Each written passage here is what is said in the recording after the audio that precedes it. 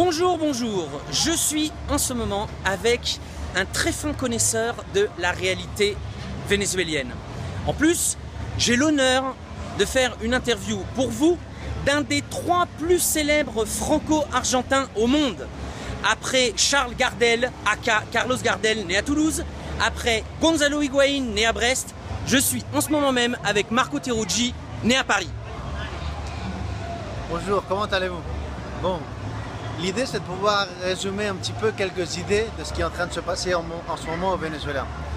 Je pense que ce qu'il faut d'abord prendre beaucoup de conscience, c'est que nous sommes en train de vivre une énorme pression internationale contre un gouvernement qui a été démocratiquement élu. Cette énorme pression évidemment est directionnée depuis les États-Unis, depuis différents secteurs. Il n'y a pas nécessairement une homogénéité à l'intérieur de l'administration Trump ni de l'État profond nord-américain, mais une décision de faire que Maduro sorte du pouvoir. Donc par rapport à cet objectif, il y a plusieurs stratégies. Des stratégies diplomatiques, économiques, des stratégies de violence qui généralement sont plutôt souterraines, on pourrait dire, et des stratégies de négociation. Face à ça, il y a un gouvernement, et plus qu'un gouvernement, ce qu'on pourrait appeler un mouvement historique qui est le chavisme, qui fait face.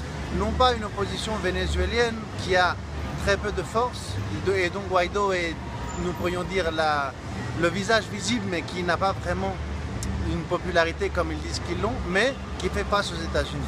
Et donc, si on devrait décrire la corrélation de force, nous pourrions dire qu'au niveau national, il y a un gouvernement qui a plus de capacité, de pouvoir réel qu'une opposition.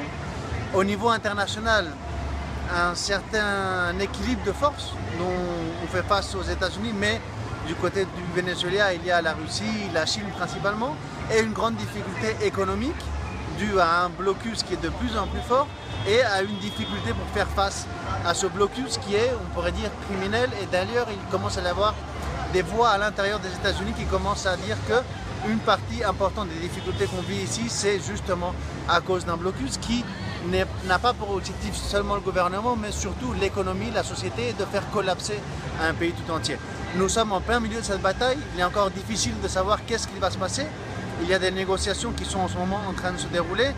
L'objectif des États-Unis, c'est de faire que Maduro parte par la force ou par une négociation. Et pour le moment, il n'y a pas encore une décision de la part du chavisme que cet objectif soit, disons, concédé aux États-Unis. Pour une première raison, c'est que Maduro a été élu par une élection populaire. Et en deuxième raison, c'est pourquoi devrait-il partir? Je pense que la principale débilité, la faiblesse, c'est l'économie, et nous sommes en plein milieu de cette bataille. Voilà, alors vous n'êtes pas obligé de croire Marco, mais au moins vous avez un autre son de cloche. À bientôt.